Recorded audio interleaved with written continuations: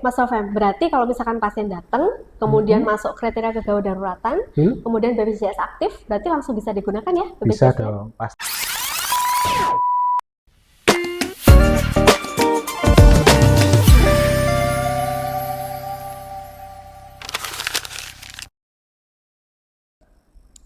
Assalamualaikum warahmatullahi wabarakatuh. Hai Sobat RSU Jember, selamat datang di Prima, podcast informasi masyarakat sehat RSU Unmu Jember. Nah, di podcast ini, di platform ini adalah platform yang disediakan oleh Rumah Sakit RSU Unmu Jember untuk membahas tentang seputar kesehatan yang akan dihadirkan narasumber-narasumber hebat kami. Nah, untuk episode perdana ini kita akan membahas tentang satu topik yang sering membingungkan masyarakat di Jember dan sekitarnya, yaitu tentang alur BPJS yang berada di rumah sakit. Nah, untuk hari ini kita akan kedatangan Panglima BPJS kita, Bapak Nofem Hendro Prasetyo SST. Selamat datang Bapak. Assalamualaikum. Waalaikumsalam warahmatullahi wabarakatuh.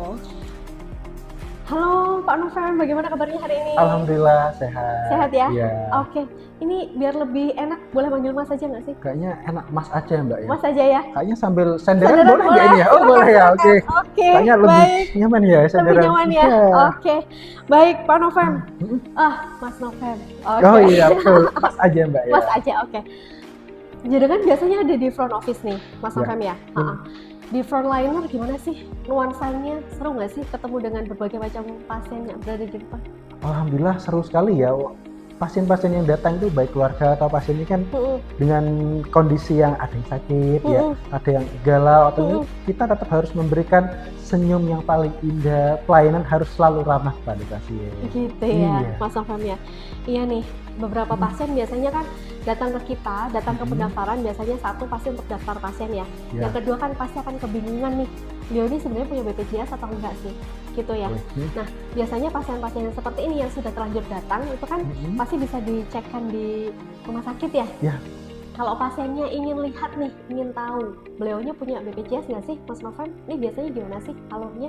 Atau tanyanya gimana biar tahu? Oh, kan biasanya masyarakat kita kadang ada yang tidak tahu nih Mbak kalau punya BPJS ya. Misalnya kalau pas sakit atau memang pas kebetulan lewat atau memang benar-benar mau cek, nanti datang aja ke frontliner kami. Nanti kita bantu cek. Kami punya namanya aplikasi khusus ngecek punya BPJS atau tidak yang diberikan oleh BPJS Kesehatan.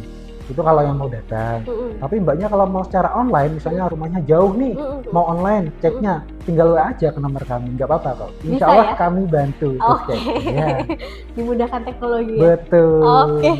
Nah, ini pasiennya misal nih sudah datang ke IGD gitu ya. Terus atau sebelum itu deh, misalkan nih pasiennya tadi sudah cek gitu ya, sudah tahu kalau punya BPJS. Kalau misalkan sudah punya BPJS, ada keluhan, bisa nggak sih langsung datang ke rumah sakit? Bisa sih, tergantung kasusnya ya Mbak ya. Gitu ya? Iya. Gimana Ada tuh? dua kasus. Yang pertama itu adalah kasus rawat jalan namanya. Kasus rawat jalan. Nah, untuk kalau rawat jalan ini sesuai dengan aturan BPJS Kesehatan itu pasien harus mencari rujukan dulu ke puskesmas atau klinik atau PPK 1. Tanpa ada rujukan kita tidak bisa melayani dengan BPJS. Untuk rawat jalan ya? Untuk rawat jalan. Oke. Kasus kedua, kriteria gawat darurat dan butuh rawat inap. Kalau memang pasiennya merasa kondisinya gawat darurat dan perlu rawat inap, tinggal datang aja langsung ke IGD. Insya Allah bisa langsung kita tangani. Oh gitu ya? Oke, Mas Nofem, tadi sudah di-spill nih tentang ada dua cara ya. Ketika punya BPJS ada keluhan, datang ke rumah sakit ada dua cara, yaitu boleh pakai rawat jalan by rujukan atau bisa langsung datang ke IGD. Nah, untuk datang ke IGD nih, pasien tadi disebutkan tentang gawat daruratan. Ini sebenarnya gawat daruratan apa sih yang dimaksud yang bisa tercover BPJS? Jadi kalau sesuai dengan aturan itu memang ada beberapa kriteria gawat darurat, Mbak. Saya spill salah satunya aja ya. Iya. Itu yang jelas mengancam nyawa. Jika memang kondisi pasien saat itu mengancam nyawa, mungkin bisa langsung bawa ke IGD dan insya Allah bisa masuk kriteria gawat darurat. Gitu ya? Gitu, ya. Nah, ini tadi kasusnya tentang kegawat daruratan ya. Dan di kegawat daruratan itu kan ada kriteria-kriterianya ya. Ya. Kita punya flyer ya. Kita ada flyernya kok Mbak, ada explainer juga, atau kalau mau cek secara online di sosial media kita juga sudah tersedia semua. Oke ya, di Instagram kita Instagram ya. kita ada. Jangan khawatir Sobat Teras Unmu, nanti untuk Instagram kita akan taruh di deskripsi box ya. Oke. Nah ini sekarang gini Mas Novem ya, misalkan nih pasiennya datang ke IGD, punya kriteria kedaruratan yang bisa tercover BPJS-nya, tetapi BPJS-nya nggak aktif nih, gimana tuh? Wah, kalau itu tidak masalah sih Mbak sebenarnya. Yang penting adalah penanganannya dulu, karena yang paling penting adalah nyawa pasien. Mbak. Nyawa pasien. Untuk pengurusan BPJS itu kami beri waktu 3 kali 24 jam untuk ngurusnya. Nanti aktif atau tidaknya kita selalu cek secara berkala. Nah, itu biasanya untuk aktif atau tidaknya itu banyak penyebabnya Mbak. Gitu ya. Apa saja banyak misalnya salah satunya itu adalah terlambat bayar ya mungkin terlambat ya. Bayar Ya paling mungkin sering ya, itu paling sering terjadi itu. Yang kedua mungkin karena usianya sudah lebih dari 21 tahun dan dia belum bekerja dan masih mahasiswa. Itu juga tidak aktif Mbak, dan itu bisa diaktifkan setiap setahun sekali. Seperti itu ya. Sebentar, Mas Noven.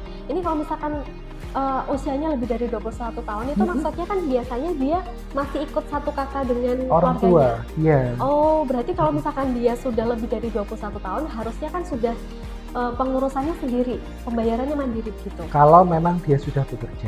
Tapi kalau memang belum bekerja dan dia masih mahasiswa, dia mau tidak mau nanti masih bisa pakai surat keterangan aktif kuliahnya itu. Oh gitu ya. Dimudahkan ya. Dimudahkan sekali. Oke. Sekarang ini kalau kasusnya pasiennya ini datang ke IGD, kemudian BPJS-nya aktif, tetapi tidak masuk kriteria gawat darurat, gimana tuh? Nah, kalau itu problemnya ya, mungkin banyak problem ya. Karena kadang kan kita merasa gawat darurat, tapi ternyata setelah pemeriksaan, wah ini belum masuk kriteria gawat darurat. Betul. Itu nanti kemungkinan di sini akan menggunakan pembiayaan umum atau swasta, seperti itu.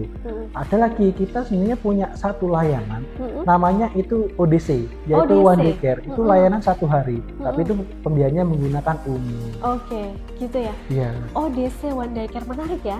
Jadi pasien ini direcovery 1 hari, Tuh. pas recovery gitu ya. Berarti fasilitasnya didapatkan apa, Mas? Nanti biasanya fasilitasnya sudah ada kamar nih, sudah ada visite dokter, sudah termasuk obatnya juga nanti. Oke, menarik ya. Menarik. Bisa sambil diminum, ya? Mas. Oh, monggo. Silakan. Oke, jadi di frontliner depan itu kita kan selama 24 jam ya? Oke, selama 24 jam jadi bisa melayani dari IGD maupun di rawat jalan. Betul. Oke, berarti kan biasanya yang paling sering 24 jam itu kan dari IGD ya? Betul. Oke, baik. Menarik ya. Oke Mas Novem, saya sempat dengar nih tentang denda. Denda itu seperti apa sih yang dimaksudkan? Terkait dengan denda ya Mbak ya. Sebenarnya denda itu hanya muncul ketika pasien hanya rawat inap aja sih. Misal, gitu ya? Tapi itu pasiennya misalnya kan ada tadi yang saya jelaskan kasusnya tidak aktif nih karena terlambat bayar. Nah itu ketika pasiennya terlambat bayar BPJS-nya dan pasiennya rawat inap, nah itu akan muncul denda Mbak. Dan denda itu harus dibayarkan. Jika dendanya itu tidak dibayarkan, maka BPJS-nya tidak bisa digunakan. Oh gitu. Seperti itu. Tapi ada waktu tenggangnya ya? Oh tetap ada waktu dong, tetap 3 kali 24 jam untuk waktu pengurusannya. Berarti kalau misalkan pasien datang, kemudian masuk kriteria gawat daruratan, kemudian BPJS aktif, berarti langsung bisa digunakan ya BPJS-nya? Bisa dong, pasti bisa. Oke, itu misalkan nih, kan kita sering nih kedatangan pasien yang bukan dari daerah wilayah Jember, bisa ya? Dari luar kota ya, misalnya dari luar kota pasti bisa kok, tetap bisa digunakan, gitu ya? Bisa. Cuma kadang ada berapa problem di kita itu Mbak, bukan di kita aja sih sebenarnya ya. Itu kadang pasien minta pulang paksa atau atas permintaan sendiri. Nah, kadang ada pasien tidak memahami itu. Kalau pasiennya atau keluarga pasiennya minta pulang atas permintaan sendiri, nanti tidak akan dijamin loh oleh BPJS-nya. Gitu ya? Itu sudah tertera dalam edaran BPJS kantor Jember, itu kalau nggak salah pada bulan Januari 2025 sudah tertera di situ Mbak. Kalau memang menyatakan pasien pulang atas permintaan sendiri atau pulang paksa tidak dijamin oleh BPJS Kesehatan. Gitu ya? Iya. Nah ini lagi nih yang biasanya dibingungkan ya. Pasien ini datang atau pasien ini kecelakaan lalu lintas gitu ya. Pasiennya gawat darurat tetapi tidak mempunyai BPJS gitu ya. Itu apa yang bisa dilakukan Mas? kasus kecelakaan lalu lintas ya, Iya, Mbak ya? betul. Untuk kasus kecelakaan lalu lintas sendiri itu poin pentingnya adalah mengurus laporan kepolisian, Mbak. Walaupun BPJS-nya tidak aktif, yang penting urus laporan kepolisian dulu, nanti baru urus BPJS-nya. Bisa diurus secara bersamaan sih, karena biar bisa dijamin oleh BPJS Kesehatan, nanti harus ada laporan kepolisian. Setelah laporan kepolisian nanti ke Jasara Harja. Seperti itu. Nah, untuk pengurusan ini ya Mbak ya, lapor polisi dan Jasara Harja sekarang sudah mudah. Jadi kita punya namanya layanan kepengurusan laporan polisi dan Jasara Harja. Dan itu pun gratis Mbak, bener-bener gratis, 100% gratis loh. Home base dari kita ya? Betul. Oke, jadi ketika pasien datang, laka lantas gitu ya, kemudian langsung bisa datang ke rumah sakit gitu ya, kemudian nanti akan diuruskan, dibantu uruskan oleh rumah untuk sakit. Proses dari laporan Lapor polisi dan Jasara Harja, insya Allah sampai selesai lah Mbak. Sampai selesai ya? Betul. Luar biasa banget sih itu ya. Nah Mas Noven, dari awal sampai dengan pertanyaan yang nomor 7 tadi ya, kita tadi sudah membahas tentang pasien datang, keaktifan gitu ya, yang biasanya pasien datangnya onset gitu ya. Nah ketika pasien datang dengan rujukan misalkan gitu dari puskesmas mana atau dari Faskes Kesehatan 1 dari mana gitu ya, mau daftar ke rumah sakit, misalkan rumahnya jauh nih, itu sebenarnya bisa dipermudah nggak sih? Untuk daftar ya Mbak ya, untuk daftar itu sekarang kan sudah zamannya era digital ini ya. Iya. Nah itu sudah insya Allah sangat mudah sekali ya Mbak ya. Ada namanya aplikasi Mobile JKN, bisa di-download di App Store atau di Play Store. Itu aplikasi sudah dari BPJS Kesehatan Mbak. Nanti Mbaknya tinggal login di sana, tinggal daftar aja dan tinggal daftar. Insya Allah ketika daftar di situ langsung muncul antrian nanti. Misalnya nanti Mbaknya bingung mau cara daftarnya seperti apa, atau saya kok ini ya nggak bisa atau apa, nanti Mbaknya bisa WA ke nomor kami aja, nggak apa-apa, tinggal WA ke nomor kami, akan kami bantu secara online. Kalau memang Mbaknya kebetulan lewat atau Mbaknya nanti memang mau kesini nih, mau tanya-tanya dulu terkait dengan aplikasi tersebut, nanti kita bantu untuk daftarnya. Kita punya petugas khusus mobile JKN di rumah sakit ini. Keren. Nah, Sobat RSUM Jember, jadi jangan khawatir nih kalau ingin berobat di RSUM Jember atau misalkan ada kegawat daruratan gitu ya, yang perlu penanganan di rumah sakit kami siap untuk melayani dengan sepenuh hati. Nah, bagi teman-teman atau Sobat RSUM Jember yang ingin bertanya, boleh dicantumkan di kolom komentar ya terkait dengan pertanyaannya seperti apa, nanti akan dibantu oleh Mas Noven bersama tim ya untuk membalas pertanyaan dari teman-teman. Betul, insya Allah akan kami bantu menjawab sebisa kami. Sebisa kami, oke baik. Teman-teman Sobat RSUM Jember, dan jangan lupa semua dari flyer ya, kemudian dari kriteria ke gawat daruratan gitu ya, sama nomor konsultan kami sudah taruh di deskripsi box. Jadi Sobat RSUM tidak perlu capek-capek lagi untuk mencari informasi tentang bagaimana menggunakan BPJS-nya di RSUM Jember. Baik, Mas Noven, terima kasih untuk penjelasannya hari ini. Dengan senang hati.